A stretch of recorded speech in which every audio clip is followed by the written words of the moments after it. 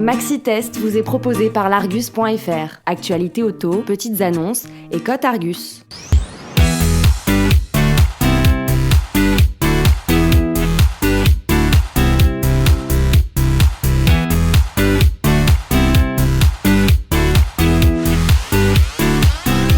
Bonjour et bienvenue dans cette nouvelle édition de Maxi Test. Nous nous trouvons aujourd'hui à l'aéroport de Barcelone où nous préparons notre émission de rentrée. En effet, trêve des confiseurs oblige, nous vous livrerons dans cette émission notre sélection de véhicules qui nous auront le plus marqué au cours du second semestre de 2015.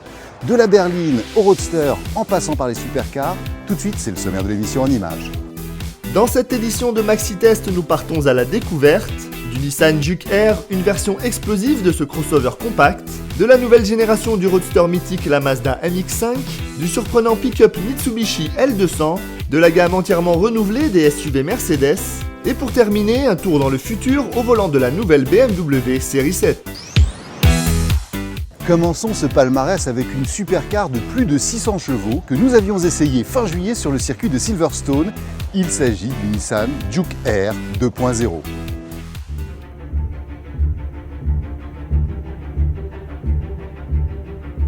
Puisque le Juke a fait peau neuve en 2014, il semblait logique que son cousin le plus extrême fasse également sa mue. C'est chose faite avec le Juke Air 2.0 que nous avons eu le plaisir de tester sur le circuit de Silverstone.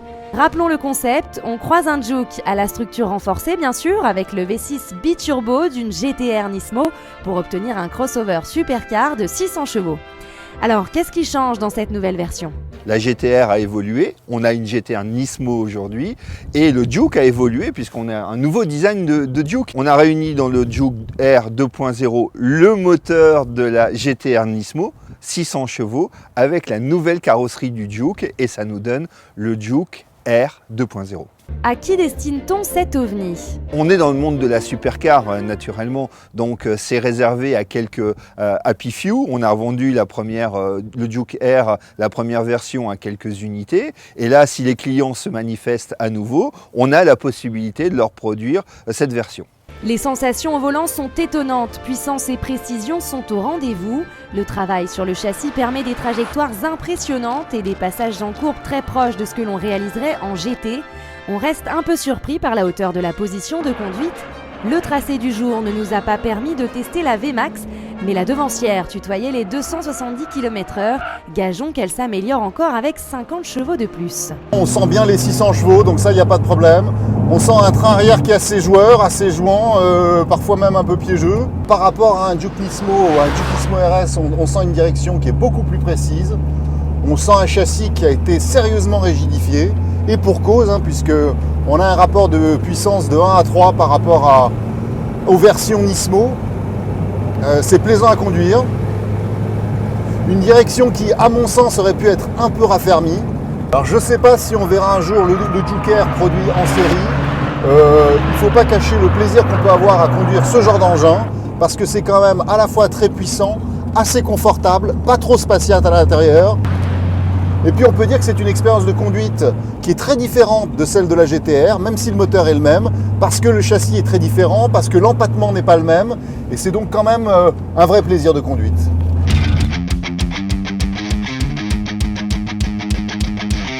La précédente version s'est vendue à plus de 20 exemplaires. Notons que le Juke Air 2.0 voit son prix inchangé à 450 000 €.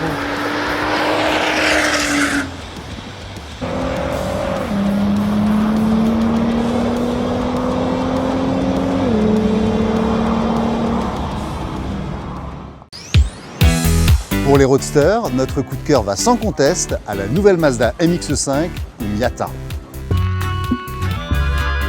La beauté de la Côte d'Azur, le soleil et un roadster. C'est dans cette ambiance de carte postale que l'on découvre la toute nouvelle Mazda MX-5. La dernière version de la petite japonaise d'Hiroshima se montre sous son meilleur jour au bord de la Méditerranée. On en oublierait presque la filiation avec les précédentes générations, tant son design agressif, atypique et taillé à la serpe la différencie.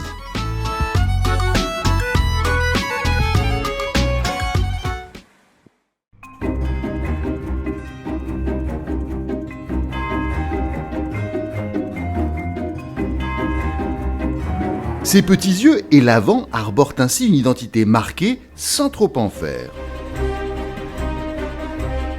Son profil de squale se termine sur un arrière semblant sortir tout droit d'une manga et la rendra à coup sûr reconnaissable de loin lorsqu'on tentera de la suivre.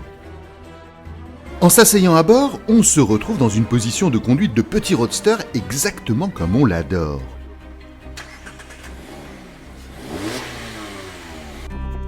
On se sent même encore mieux que dans l'ancienne, dans laquelle on était un peu à l'étroit malgré des cotes supérieures. Derrière le volant, 3 compteurs, dont un énorme au milieu dédié au compte-tours, comme sur certaines supercars. Les sièges au maintien idéal intègrent directement des haut-parleurs. La console monte très nettement en gamme et s'équipe de tout ce dont on a besoin, notamment un écran tactile complètement connecté avec GPS, mais dont la lecture peut se compliquer en plein soleil. D'ailleurs, si ce dernier se voit caché par la pluie, on remonte en un tour de main la capote en la tirant vers l'avant, puis on la verrouille. L'opération inverse s'avère encore plus aisée puisqu'il suffit de la jeter derrière soi. Sur la route, la sonorité de la petite motorisation, un 4 cylindres de 131 chevaux, flatte l'oreille en prenant des tours. On frôle même les 7000 tours minute. La modeste cavalerie suffit finalement largement pour faire avancer la légère MX5 avec des performances plus qu'honnêtes. Son poids demeure inférieur à 1 tonne.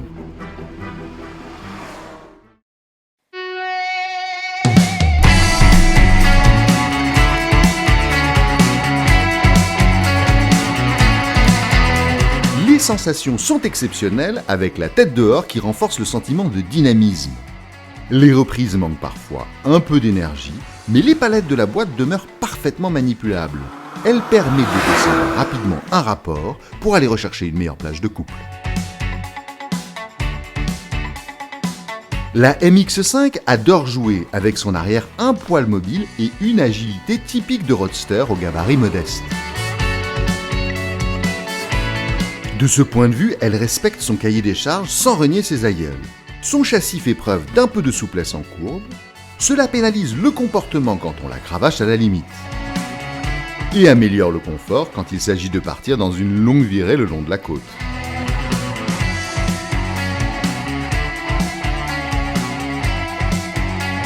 Le dos reste bien ménagé. Elle gagne également en polyvalence et devient une compagne quotidienne très agréable pour ceux qui souhaiteraient l'utiliser tous les jours.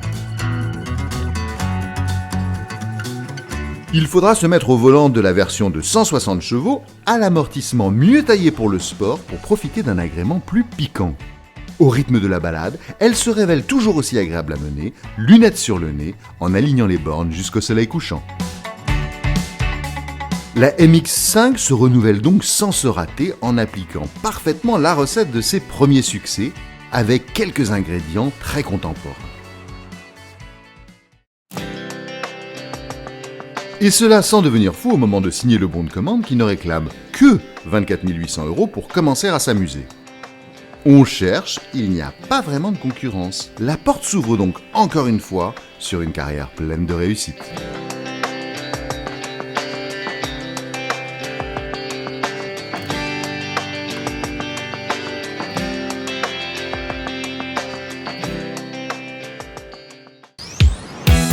Figure emblématique d'un segment en pleine expansion, le Mitsubishi L200 est incontestablement notre pick-up de l'année.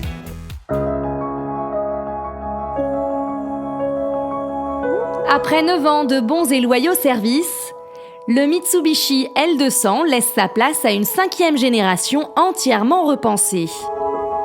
Nous l'avons mise à l'épreuve des somptueux paysages de la vallée du Tarn, regorgeant de terrains parfaits pour en apprécier les nouveaux points forts qui devraient l'aider à grimper la courbe des ventes de ce segment de spécialistes.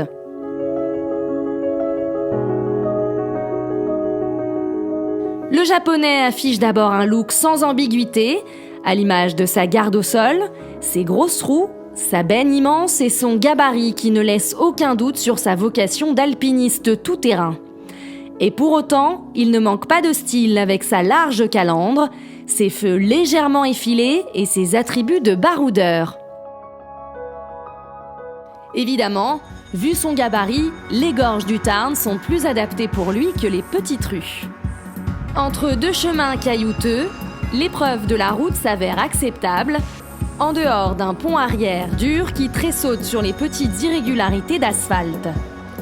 Il a du roulis et plonge, il faut donc s'habituer à anticiper, ce que les professionnels et habitués de ces pick-up savent bien faire. Le moteur turbo-diesel de 181 chevaux ne manque pas de souffle, mais le gros de son couple se fait un peu désirer en bas régime.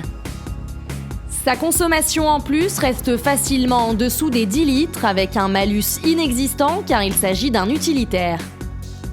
Pour le crapahutage, il en remonte à bien des franchisseurs grâce à un différentiel de type Torsen. Le mode 4x4 à rapport court rend aisé pour le berger la route jusqu'à son troupeau avec le chien dans la benne. 4x2 ou 4x4, on peut le faire en roulant, sauf pour le franchissement. Il fait donc mieux que le premier, à tous les niveaux, sans oublier d'offrir plus de confort grâce à ses équipements qui facilitent la vie à bord et lui permet même de voyager dans un certain confort. Et compte tenu de son tarif, 39 000 € pour notre version d'essai qui coiffe la gamme, il tient largement la pente face à ses deux principaux rivaux, le Toyota Hilux et le Ford Ranger. Enfin, du côté des crossovers, difficile de résister à la véritable déferlante que lance la marque Mercedes-Benz, puisque celle-ci renouvelle l'ensemble de sa gamme autour du G, symbole de l'aptitude au franchissement. Le constructeur à l'étoile revisite sa galaxie de SUV autour de 3 nouveaux modèles phares, le GLE, un classe M restylé, le GLE coupé et le GLC appelé à faire oublier le GLK. C'est le petit GLC à l'aise sur les routes du somptueux décor des falaises du Luberon qui compte titiller les Audi Q5 et BMW X3. Son style, beaucoup plus fluide et urbain que son prédécesseur, séduit immédiatement. On distingue facilement la patte Mercedes au design, qui mêle le massif à l'élégance. À l'intérieur, on se retrouve dans l'environnement de la classe C, avec la même planche de bord à la présentation raffinée, et il fait évidemment le plein d'équipements, et notamment la conduite automatique dans les embouteillages.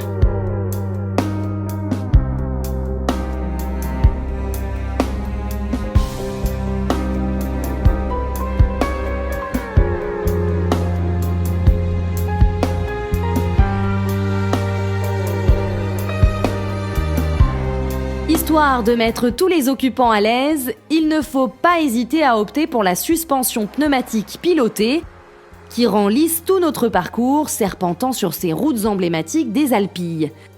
Elle sait aussi se durcir quand il s'agit d'enchaîner les virages de l'arrière-pays sans l'agilité d'une berline pour autant. Sa direction à l'assistance variable entre confort et sport ou sport plus améliore sensiblement le placement en virage. Elle la rend bien plus dynamique. Ainsi, ce comportement à la carte la révèle agréable à mener quel que soit le type de parcours, ce qui ravira aussi bien le conducteur recherchant le meilleur agrément de conduite que les passagers qui souhaitent se laisser porter en toute quiétude.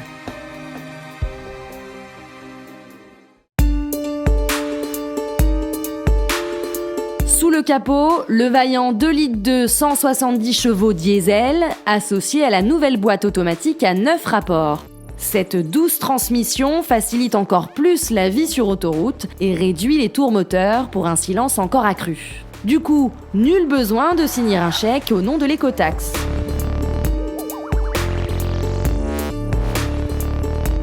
Pour affronter la nature, on peut carrément opter pour un pack off-road qui le transforme en meilleur baroudeur de sa catégorie. Boîte courte, garde au sol surélevée et transmission perfectionnée font de lui le SUV compact de luxe le plus polyvalent de son segment. Il s'offre ainsi les armes pour enfin combattre sur tous les terrains ses deux ennemis d'outre-Rhin. Il devient aussi le plus onéreux parmi ses concurrents. Question de standing. Le GLE se refait donc une beauté, change de nom et prend le 12R de la montagne pour une mise en jambe. les changements visibles, les phares et un petit coup de crayon par-ci par-là qui modernise l'allure. Le voilà ainsi parti pour rivaliser avec ses ultra-modernes concurrents allemands. Dedans, on récupère les équipements dernier cri, un écran plus grand et tout ce qu'il faut pour tranquilliser la conduite et la vie à bord. L'offre s'enrichit d'une version 2 roues motrices, d'une nouvelle boîte automatique à 9 rapports, dont nous avons pu brièvement tester l'efficacité sur un circuit perché dans les Alpes autrichiennes. Justement, le type d'environnement que ses propriétaires lui feront souvent visiter.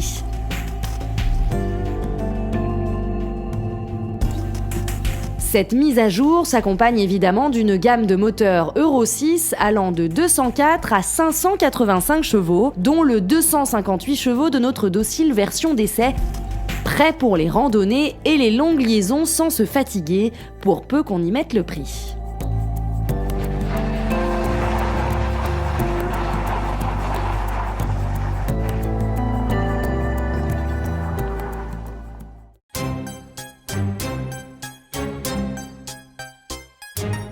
Pour ceux qui préfèrent le calme des étendues d'eau de la vallée, Mercedes dégaine son tout nouveau SUV appelé à combattre le BMW X6, le GLE coupé. Son profil bien plus dynamique, avec son arrière fuyant et son avant massif, font de lui une bête prête à faire vaciller de son piédestal le rival munichois.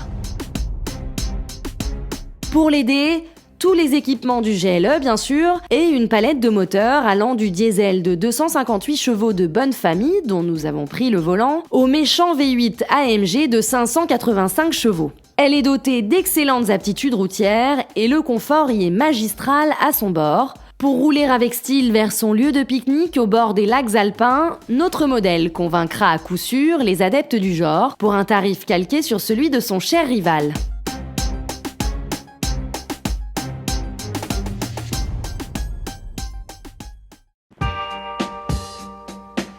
Avec ces 3 modèles au goût du jour, dont le nouveau GLC qui sent bon le millésime à succès, Mercedes s'en va reconquérir le marché des SUV avec une gamme particulièrement cohérente.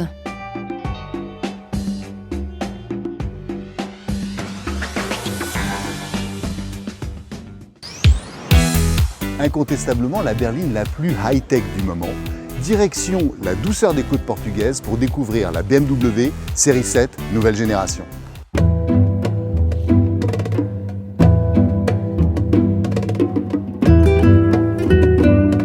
La 6e génération de BMW Série 7 s'attaque à une forteresse où trône depuis toujours la Mercedes classe S. La munichoise fourbit ses armes et affûte ses arguments pour contester la régnante et améliorer encore sa place dans ce segment de prestige.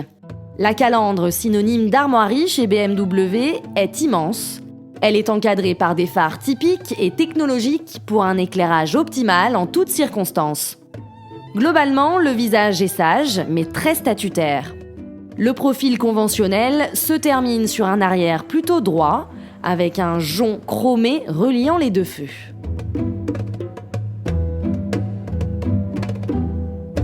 La clé, ou plutôt ce mini-smartphone, affiche le statut et quelques fonctions de la voiture actionnables. La sellerie est superbe, tant par son confort que ses réglages multiples, rien à dire. À l'avant comme à l'arrière, les écrans tactiles et connectés prennent le pouvoir. D'ailleurs, la tablette intégrée dans la coudoir arrière est amovible pour une utilisation à l'extérieur de la voiture. Et peu de chance de voir le chauffeur jalouser son passager tant il baigne dans un environnement de travail agréable. Finition et présentation idéales, on n'en attendait pas moins. Sans oublier toutes les technologies facilitant la vie au volant.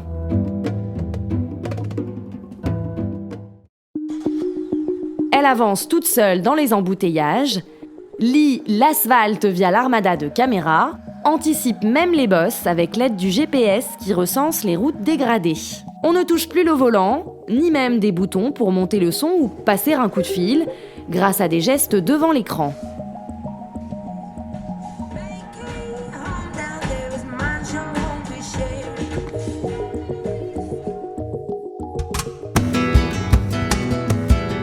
Avec une telle débauche d'équipement, on pourrait penser que la belle pèse son poids et se montre moins agile, mais c'est en fait l'inverse, puisqu'elle s'avère plus légère. Les routes particulièrement sinueuses entre Lisbonne et Setúbal se révèlent idéales pour juger son comportement. La suspension pilotée, associée à une direction perfectionnée, la rend finalement aussi facile à mener dans les courbes qu'une berline du segment inférieur. Elle gagne sensiblement en dynamisme et perfectionne encore son compromis entre plaisir de conduite et confort de roulement. On distingue à peine le feulement du moteur diesel, discret et pourtant si vigoureux, dans un confort watté supérieur à celui d'un avion. Et quelle que soit la motorisation choisie, sont à la clé les performances et l'efficience énergétique, à l'image de ce bloc au gasoil de 265 chevaux, ne rejetant que 119 grammes de CO2 sans système hybride ultra perfectionné. On pourrait presque vivre en complète autonomie dans la nouvelle série 7. Mais qu'importe, elle sait aussi vous diriger en un geste vers le palace ou le restaurant étoilé le plus proche. Elle ne commet donc aucune faute pour contester la suprématie de la classe S et s'impose aujourd'hui comme la meilleure de son marché à tous les niveaux. Enfin, pour ne rien gâcher, en plus de sa dotation supérieure, elle est moins chère.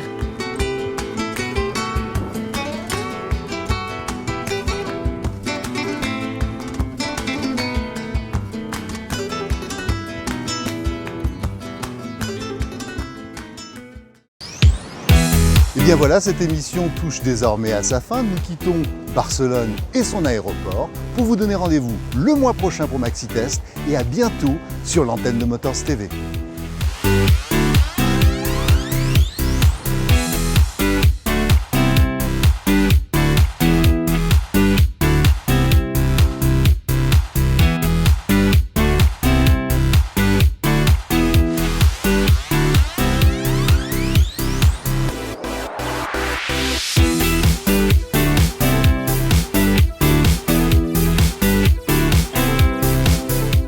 Maxitest vous a été proposé par l'Argus.fr. Actualité auto, petites annonces et cote Argus.